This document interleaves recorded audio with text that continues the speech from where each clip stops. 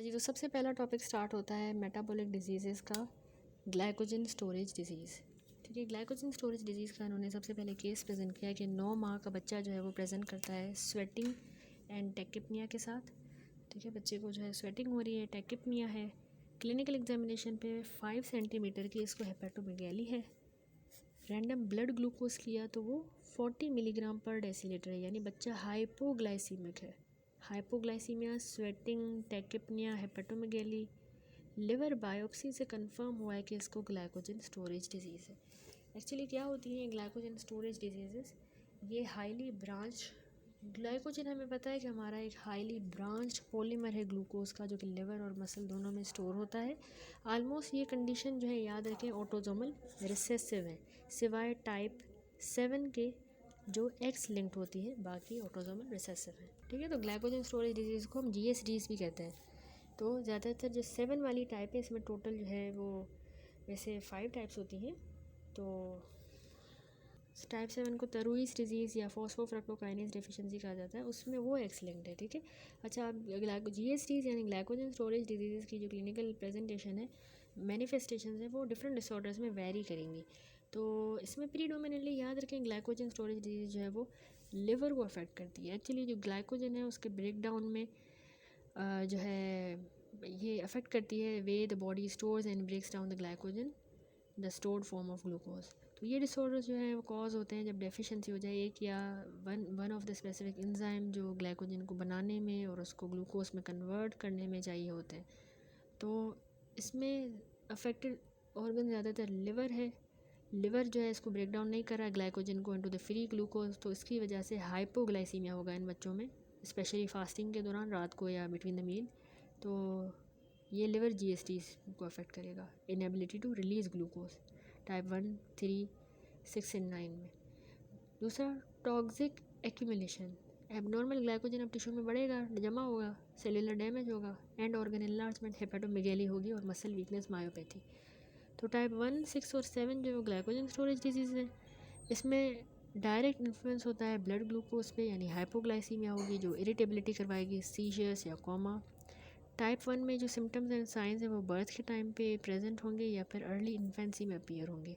There is protuberant abdomen, hepatomegaly, growth retardation and typical doll facies होंगी।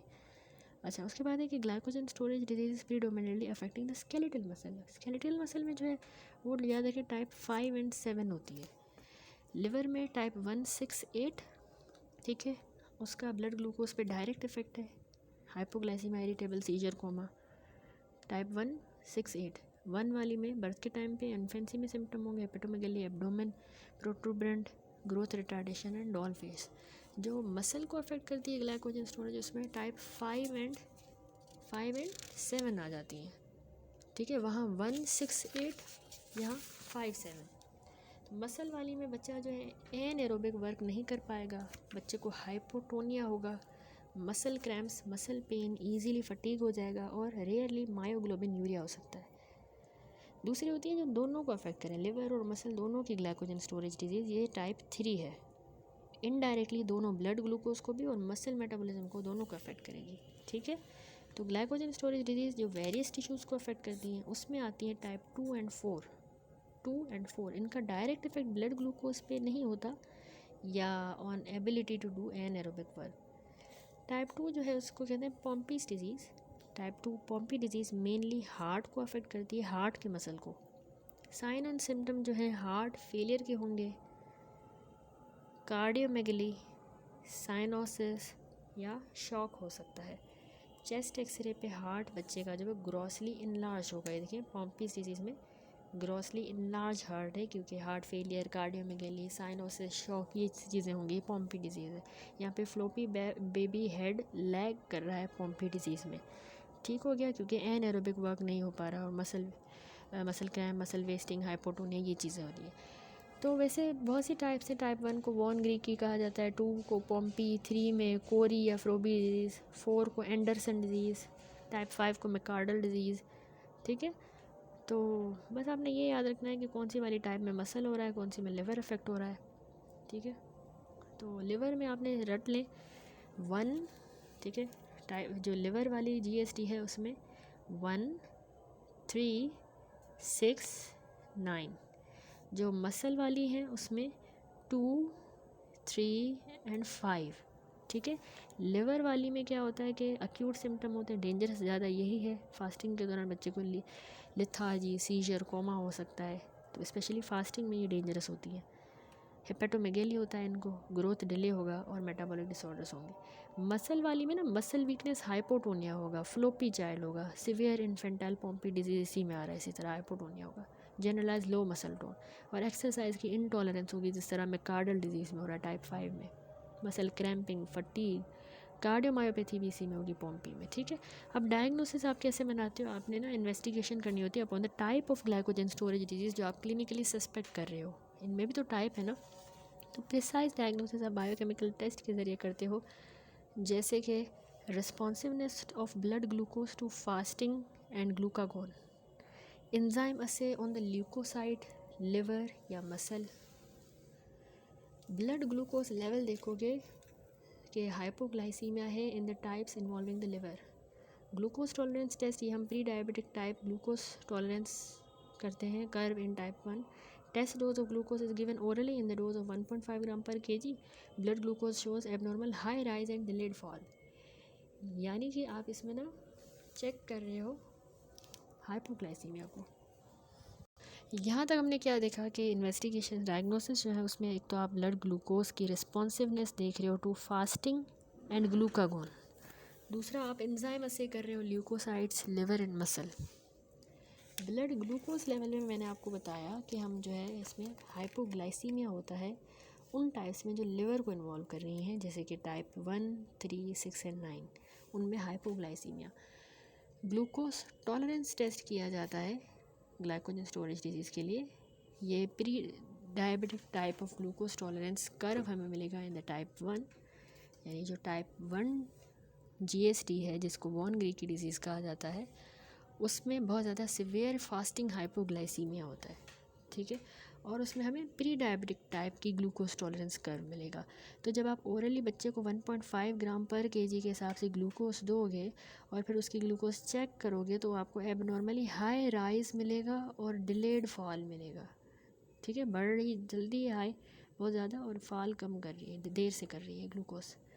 दूसरा आप glucagon tolerance test करते हो। ग्लूकागोन टॉलरेंस टेस्ट में 1 मिलीग्राम IV में ग्लूकागोन दिया तो उससे ब्लड ग्लूकोज 40 से 60% बढ़ जाएगी above the fasting level in a normal person.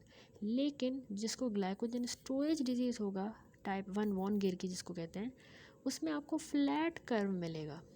ठीक है। तो उसकी ग्लूकागोन देने पे जो है वो फास्टिंग लेवल से ज़्यादा ब्लड ग्लूकोज नहीं बढ़ेगी, फ्लैट कर्व होगा। तो ये टेस्ट हम सबकुटेनियस एड्रीनलिन दे के भी परफॉर्म कर सकते हैं 0.3 to 0.5 ml। दूसरा लिवर बायोप्सी की जाती है, कन्फर्मेटरी टेस्ट है ग्लाइकोजन स्टोरेज डिजीज़ का जो कि लिवर को इन्वॉल्व करे। उसके अलावा है क्रेटिनिन फॉस्फोकाइनेज, ये भी जो है ग्लाइकोजन स्टोरेज डिजीज़ में रेज्ड होता है अफेक्टिंग द स्केलेटल मसल।